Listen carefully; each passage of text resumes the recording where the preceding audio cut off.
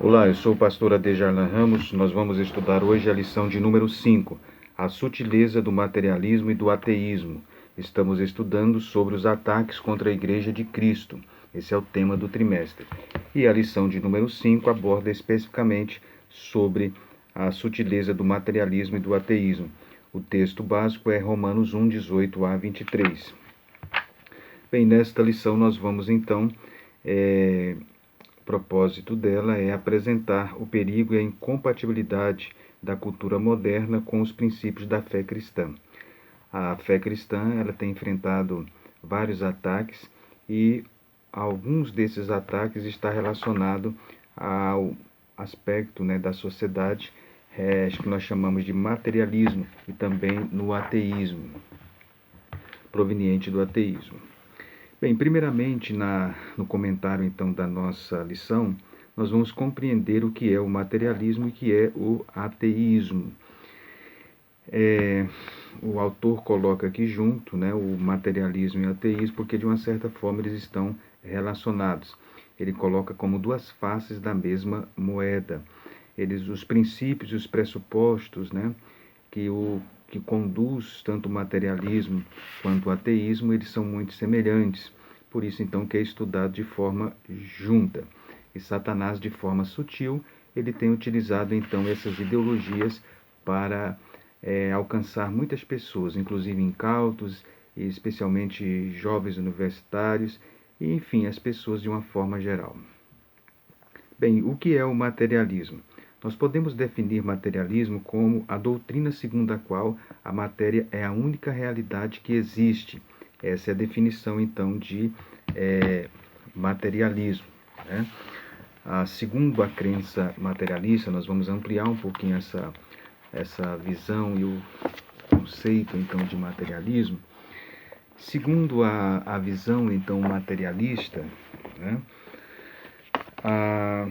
na realidade, o materialismo, ele acredita, podemos dizer assim, que tudo que é matéria é redutível, ou redutível a ela, é a única coisa, então, que existe. Essa é a visão, então, do materialismo. O materialismo, ele parte, então, de alguns princípios básicos. Eles afirmam, então, alguns princípios básicos. Dentre esses princípios básicos está: só existe a matéria. Então, a matéria é tudo que existiu, que existe, que existirá. Tudo é matéria e tudo é relacionado a ela ou dependente dela. Então, se a matéria deixasse de existir, tudo deixaria também de existir. Então, só existe a matéria na visão materialista. A matéria ela é eterna, ou seja, a matéria sempre existiu. Essa é a crença, então, materialista. A crença materialista também afirma que não há um Criador. O ateísmo, ou seja, o materialismo, ele é o ateísmo, ou não teísmo, ou seja, não existe, então, nessa visão materialista, um criador de todas as coisas. Nesse ponto, então, eles são semelhantes ao ateísmo. Os seres humanos, eles são mortais, Essa é a visão, então, materialista. Eles são mortais no sentido de que eles morrendo, então eles deixam de existir, porque tudo que existe é a matéria. Os seres humanos também não são singulares, Eles não atribuem um status especial aos seres humanos. Não há diferença entre os seres humanos e os animais, Isso no sentido qualitativo. Os humanos diferem apenas em grau, mas não em tipo das formas inferiores de vida. Essa é a visão materialista. Então, o materialismo ele parte então desses pressupostos, desses princípios. Ora, nós sabemos que nem filosoficamente, nem biblicamente eles se sustentam, a ideia materialista. O materialismo, na realidade, ele é inconsistente, ele é incoerente. Por que ele é incoerente? Porque o materialismo, ele utiliza o pensamento para dizer que tudo que existe é a matéria. Ou seja, só pode transcender a matéria aquilo que for maior do que ela. Se o pensamento transcende a matéria, a mente transcende a matéria, então a mente é maior do que ela. Então, Se é mais do que a matéria, então não existe apenas matéria. Então, nesse caso, o materialismo ele é incoerente. O materialismo também, nós devemos entender que a matéria ela não é eterna, né? As evidências, há fortes evidências para que o universo não seja visto da forma que os materialistas o veem. Nós temos o argumento cosmológicos, né? Que demonstra que o universo material ele tem uma causa. Ele tem uma causa. E esta causa, segundo a Bíblia, segundo as Escrituras, é o próprio Deus. Então, e aí nós temos o argumento então bíblico, né, de que existe coisas além da matéria. O argumento bíblico nos mostra a realidade de um mundo além da matéria, assim que o Gênesis nos mostra, né? Então, a crença materialista ela não se sustenta, né? Ela não se sustenta. E aí nós tivemos então nessa primeira parte uma visão então do materialismo. Em relação ao ateísmo, o ateísmo é a doutrina que nega a existência de Deus. Isso é o ateísmo. O ateísmo ele existe de diversas formas, diversos. Quando nós falamos de ateísmo, ele é muito vasto, ele é muito amplo, né? Nós podemos falar de várias vertentes do ateísmo. Nós vamos enumerar algumas dessas vertentes relacionadas ao ateísmo, né? Existe o ateísmo dogmático, que nega a existência de um ser divino. Existe o ateísmo cético, que duvida que a mente ela tenha a capacidade de determinar se há um Deus ou não. Existe o ateísmo crítico. O ateísmo crítico ele afirma que não há nenhuma prova válida da existência de Deus. Existe também o ateísmo metafísico, né? O ateísmo metafísico ele afirma que nunca houve, não há e jamais haverá um Deus. Esse tipo de ateísmo foi defendido por Sartre, por Karl Marx. O ateísmo mitológico acreditam que o mito Deus jamais foi um ser, mas um modelo vivo pelo qual as pessoas viviam. Essa era a ideia defendida por Nietzsche. O ateísmo dialético, ele afirma que o Deus transcendente do passado morreu na encarnação e na crucificação de Cristo. O ateísmo semântico afirma que a discussão sobre Deus está morta. O ateísmo conceitual, ele afirma que há um Deus, mas ele está escondido da nossa visão e obscurecido por nossas construções conceituais. Há também o ateísmo existencialista, nega a existência de Deus pelo viés existencialista, era a ideia de Sartre. Há o ateísmo marxista, nega a existência de Deus pelo viés marxista, é a ideia defendida por Karl Marx. O ateísmo psicológico, defendido por Freud, negam a existência de Deus pelo viés psicológico. O ateísmo capitalista, negam a existência de Deus pelo viés da filosofia capitalista. O ateísmo comportamental, negam a existência de Deus pelo viés comportamental. E o ateísmo prático é aquele que confessa que Deus existe, mas que acredita que devemos viver como se ele não existisse. Inclusive, alguns cristãos, às vezes, na prática, são ateus, né? São ateus práticos. Então, como você pode ver, o ateísmo ele é muito vasto. O ateísmo, então, ele é muito amplo, né? Então, antes de estudar sobre o ateísmo, nós precisamos, então, ver essa amplitude dele. Obviamente, um vídeo como esse, nosso bem básico, não é possível, então, nós estudarmos de forma mais aprofundada. Estamos trazendo aqui alguns pontos principais que você, caro professor, você pode, então, desdobrar e, mediante o seu tempo, a sua disponibilidade na classe, você apresentar de forma mais profunda, de forma mais sistemática, de forma mais objetiva, né, para os seus alunos. Bem, então a ideia do materialismo, do ateísmo, ela esteve bem presente, né, em vários momentos da história da humanidade, mas nós precisamos ver, logicamente, esses princípios, essa visão materialista e ateísta, elas têm implicações práticas na nossa sociedade, né? mas precisamos então ver nesse momento os aspectos filosóficos e doutrinários. Logicamente, por trás da crença materialista ou da doutrina materialista e ateísta, existem pressupostos filosóficos e doutrinários. Foi o alemão, Karl Marx, quem deu contornos doutrinários à filosofia materialista, e foi ele, inclusive, que converteu a doutrina materialista em uma grande força ideológica, uma força ideológica tão grande que foi capaz de criar sistemas políticos e, inclusive, contrapor a doutrina cristã. Nações, povos, governos foram influenciados pela ideologia marxista. Né? A gente vê isso no sistema político comunista, que dominou na Rússia, na China.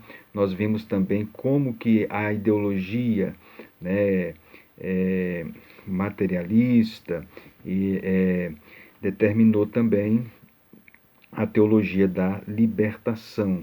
Né? Então, a partir de 1930, o neomarxismo apresentou uma nova leitura, uma atualização, então, do marxismo clássico. Né?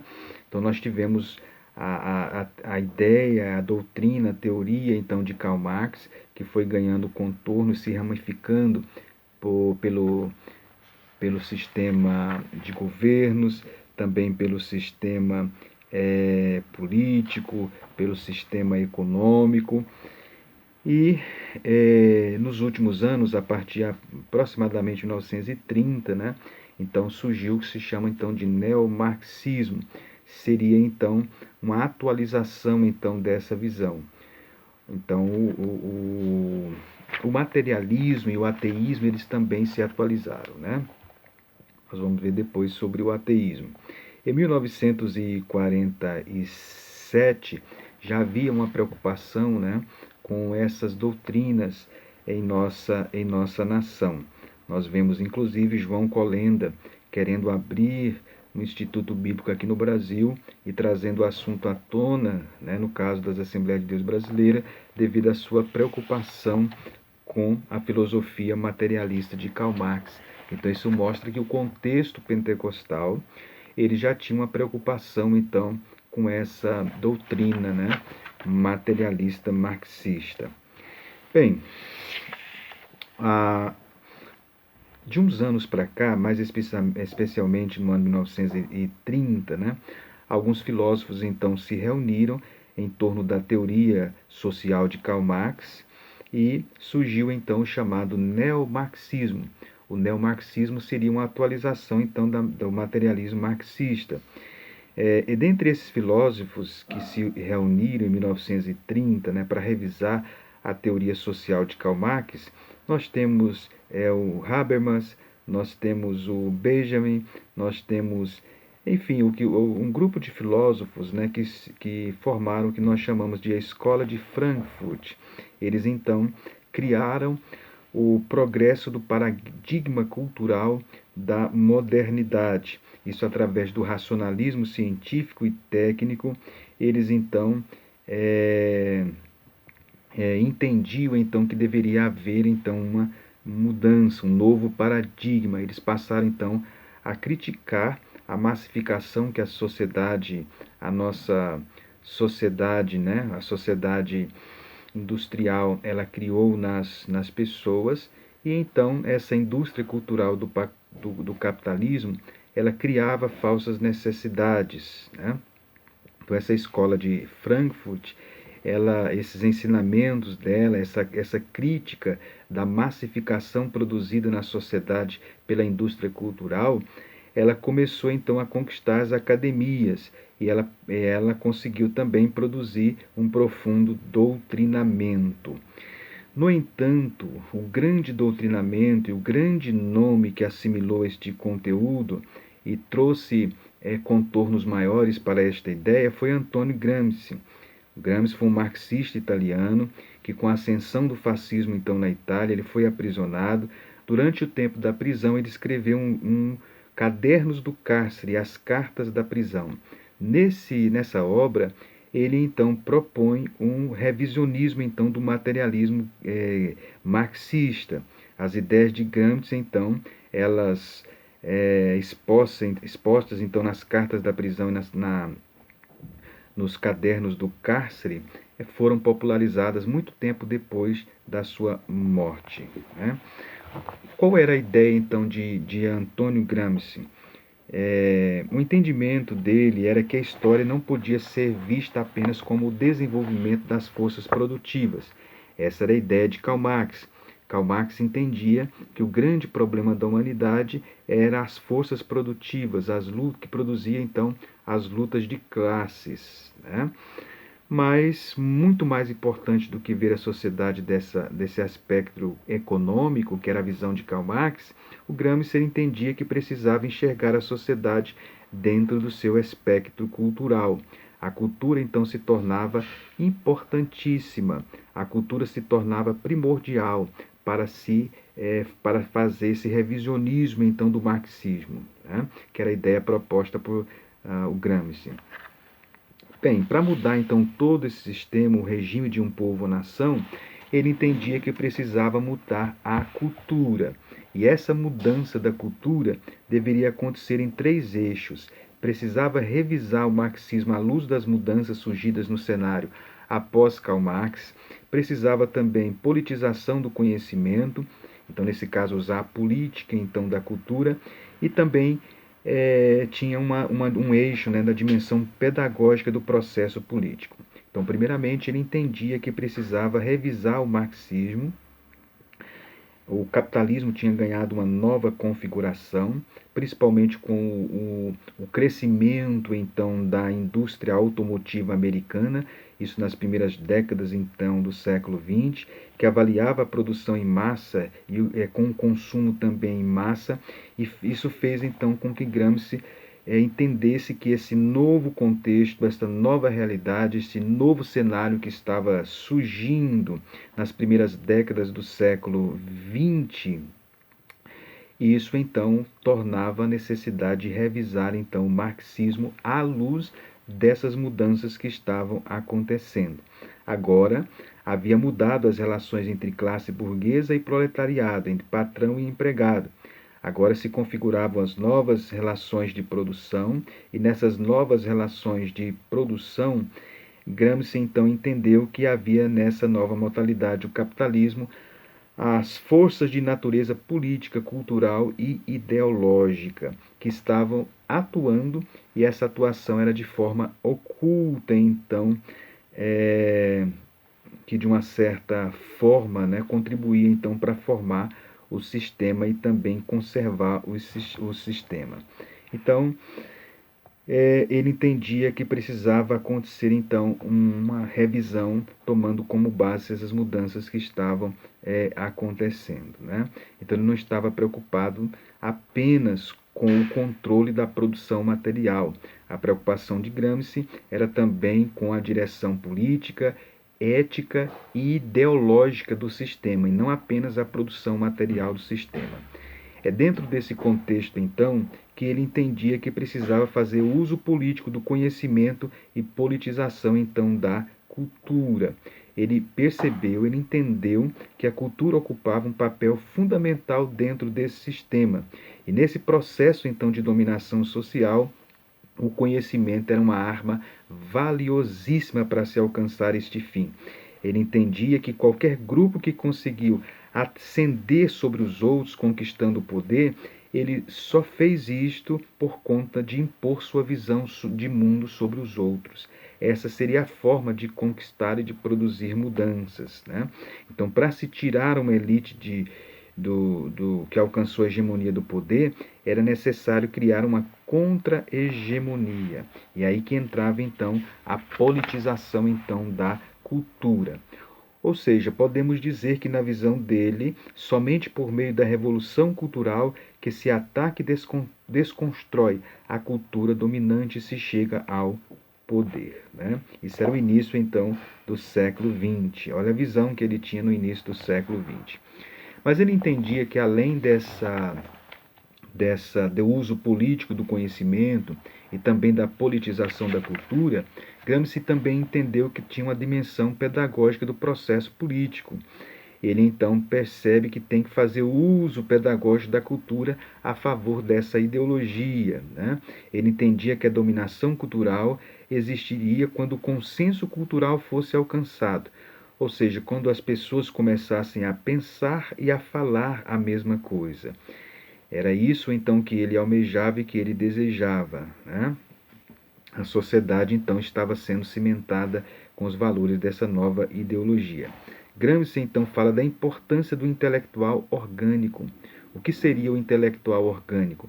Seria a pessoa encarregada de disseminar e, inclusive, infiltrar essas ideias e valores na cultura com a intenção de ressignificá-la, dar um novo significado.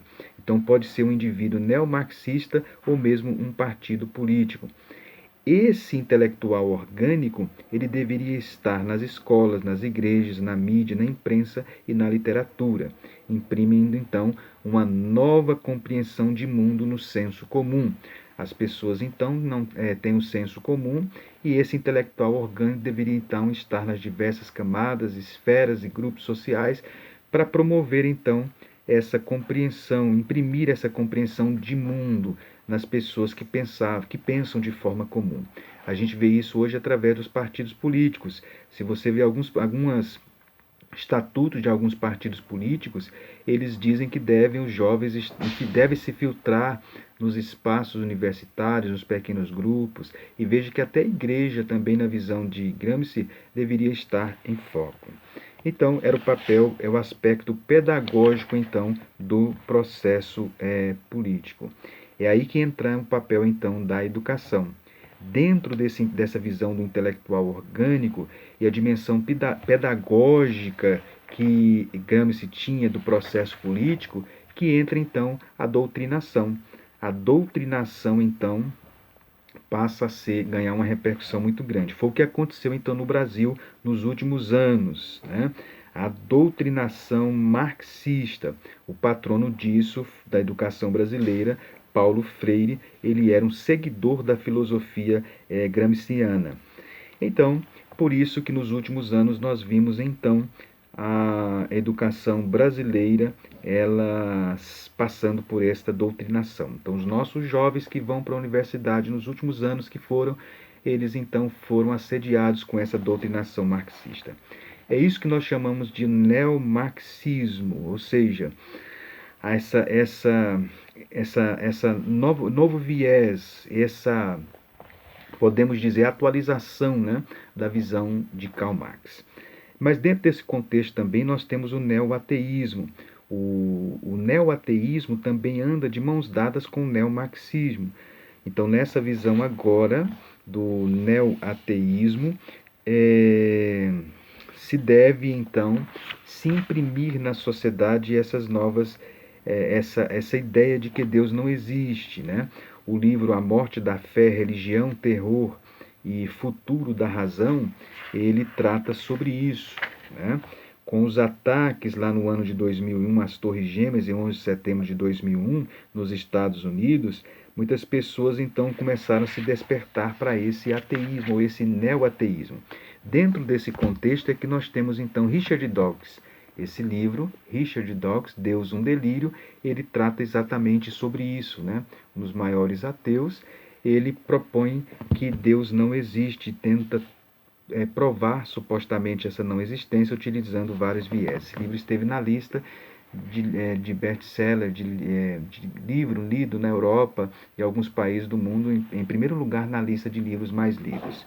Então, Richard Dawkins e Sam Harris, eles então fazem parte de uma ideologia anticristã, né? Tanto o livro de Sam Harris quanto o de Richard Dawkins, ele então propõe exatamente essas ideias neo-ateístas, né? Então vejam, aí nós vimos então as questões dos pressupostos que estão por trás disso. E aí depois nós temos isso seria as raízes então as raízes então filosóficos, pressupostos filosóficos e sociais dessas doutrinas. Obviamente, nós como cristãos acreditamos que a razão então do materialismo e ateísmo é o pecado e a cegueira espiritual, conforme é enumerado aí na segunda parte, né? O materialismo e o ateísmo, eles negam a existência de Deus, eles negam que o homem é um ser singular, conforme nós falamos no início desse vídeo. Qual a resposta que nós podemos dar? Primeiro, devemos partir do pressuposto bíblico, que a Bíblia nos mostra a existência de Deus, e segundo, nós podemos também utilizar a razão, né? É a utilização da razão para provar a existência, então, de Deus. São os argumentos racionais que, inclusive, a teologia utiliza para provar a existência de Deus.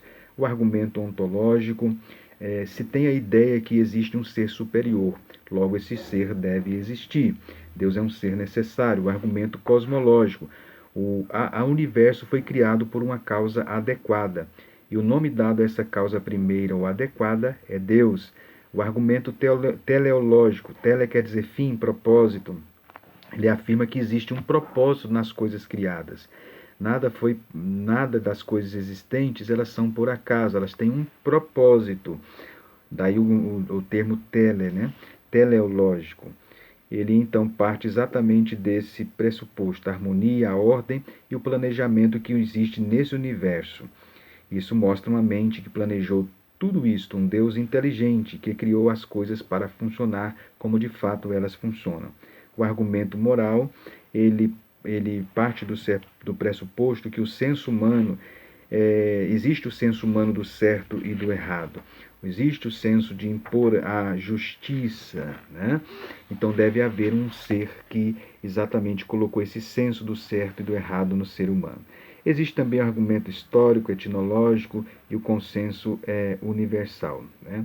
Qual é a essência desses argumentos? É que todos os povos e tribos da terra têm um sentimento religioso que se revela em cultos exteriores.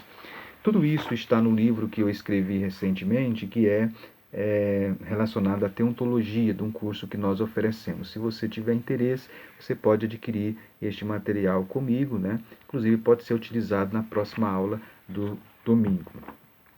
Então, caro professor, essa é a nossa aula de domingo que vem, a sutileza do materialismo e do ateísmo. Veja que nós estamos sendo bem sucintos, objetivos. Lógico que esse assunto é muito vasto, né? É interessante, então, que você organize bem as ideias para você expor para a classe na próxima domingo. Então, primeiro, você define o que é o materialismo e o ateísmo, mostra os pressupostos, né, que fundamentam o materialismo e o ateísmo, as raízes que nós mostramos aqui ao longo do vídeo. Depois você então mostre os pressupostos bíblicos que estão por trás dele, que é o pecado e a cegueira espiritual, e depois você mostra então como dar uma resposta ao materialismo e ao ateísmo. Aqui entra a importância da filosofia. Qual é a finalidade da filosofia? Um dos objetivos da filosofia, das finalidades e do uso cristão da filosofia é prover o cristão destes argumentos racionais e lógicos para contrapor tanto o materialismo quanto também o ateísmo. Então essa é a nossa lição de hoje, que você possa estar consciente desse momento singular diante da classe. Muitas pessoas ali já enfrentaram ou enfrentam no dia a dia o ambiente universitário e terão muitos questionamentos. Você pode aproveitar a oportunidade, então, para elucidar essas dúvidas que alguns têm. A sutileza do materialismo e do ateísmo. Esse é o tema da nossa lição de hoje. Nós temos um farto material aí, né, que você pode utilizar, inclusive o livro E Agora, Como Viveremos da CPAD e vários outros, né, que você pode utilizar para base para a sua aula. Um ponto relevante também é você organizar as ideias. Como o assunto é muito vasto, é muita coisa, se você não organizar as ideias e os tópicos, você pode então se perder, né? Porque é muito vasto este assunto. Então organize os pontos básicos para que você tenha uma espécie de esboço e roteiro para a sua aula. Que Deus o abençoe, se inscreva aqui neste canal, compartilhe este vídeo e nós aguardamos você na próxima aula. Não esqueça de orar, né? Sempre para você estar diante da classe como um ensinador cristão, como um mestre cristão, ensinando a palavra de Deus nesses dias modernos. Que Deus o abençoe e até a próxima lição.